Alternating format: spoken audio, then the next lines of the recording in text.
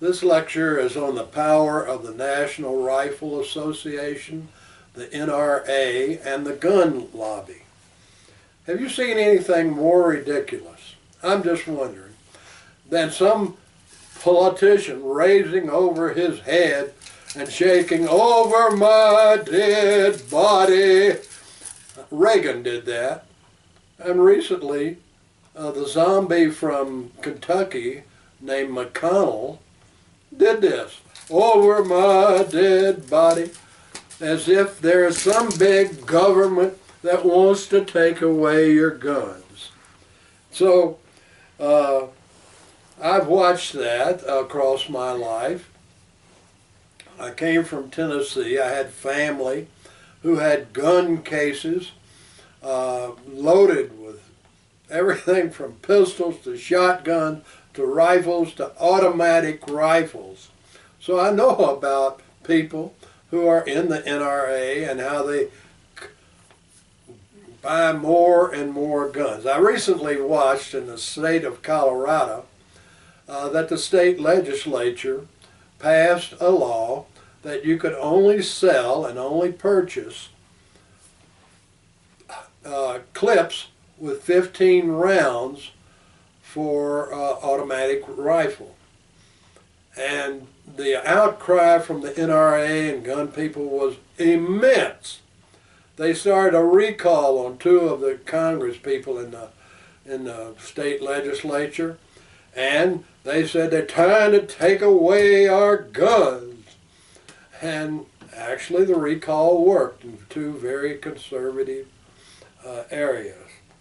And then just again recently they went on a big assault at the state legislature saying we want 30 rounds for our guns. You're trying to manage that, and the Second Amendment says that we have a right to bear arms. And that's always their stated thing.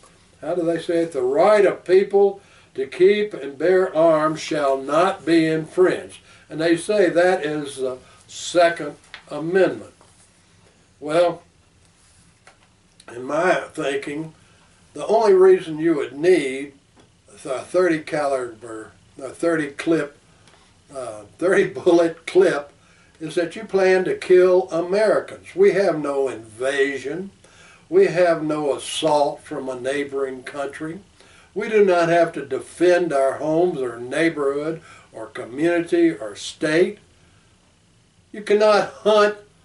If you hunt an elk, a deer, with a 30 caliber clip and start pulling that trigger, it'll be hamburger meat and you won't be able to carry it home. I mean, it's going to be so incredibly bloody. So what do you need a 30 round clip for? The next thing is the big government is going to try and take it away, and the Second Amendment says that we have to defend ourselves from the big government. That doesn't say that, but I'll get to that in a minute. Let's go to it right now. The U.S. Constitution, and I'm going to read the Second Amendment. A well-regulated militia being necessary to the security of a free state, comma, the right of people to keep and bear arms, comma, shall not be infringed. Now, what did arms mean? What did militia mean? Well, we can get some hint going back further in the Constitution to Section 8, Article 15 and 16, to provide for calling forth the militia to execute the laws of the Union. The militia is supposed to protect the federal government. The militia is to suppress insurrections and repel invasions. That's the first mention of the word militia in the Constitution. Secondly, in the next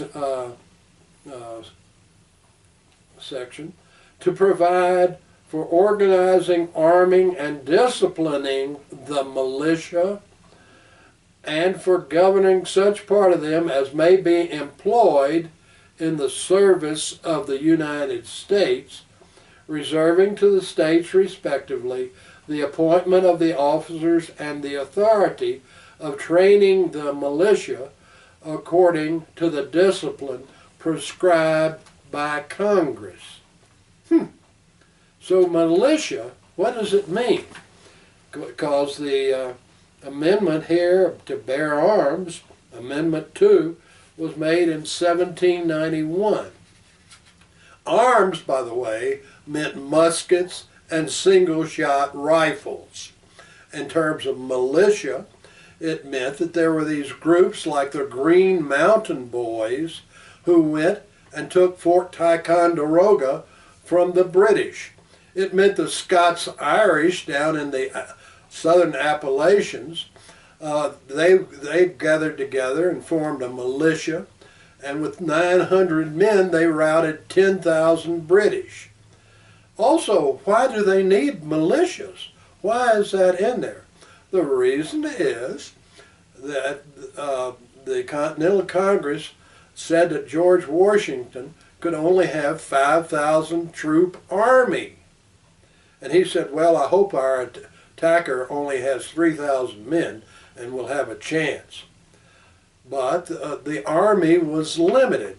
And in 1791, with the scattering of the states, they didn't have a total army. They didn't have Air Force. They didn't have a major army with tanks. They needed militias in these various areas to fight off, say, the Native American attacks or the French. So a militia was very definite in the mind of the Constitution writers, in the mind of the amendments, in the mind of the states that ratified these amendments in 1791. So, if you are willing to be able to think and not just shake a gun before a cheering bunch of mob or mobsters, you get a different idea about what the NRA is about. Now, the assumptions are, that they make is that the last half of the Second Amendment means that they can have any darn thing they want. But actually, you cannot have that in the United States. We cannot have 50 caliber machine guns that could go, a bullet can go through a motor of a vehicle. We can, the engine block. We cannot have grenades, mortars, Stinger missiles that can shoot down airplanes. And why do we need 30 caliber clips? It's nuts. It's crazy. It's irrational. And I think that one of the consequences is that America is in trouble. We have guns everywhere. I would guess that in my little community here in Colorado, there are probably 100 guns. Now, will children pick up these guns and go and kill other kids? It's happening right now.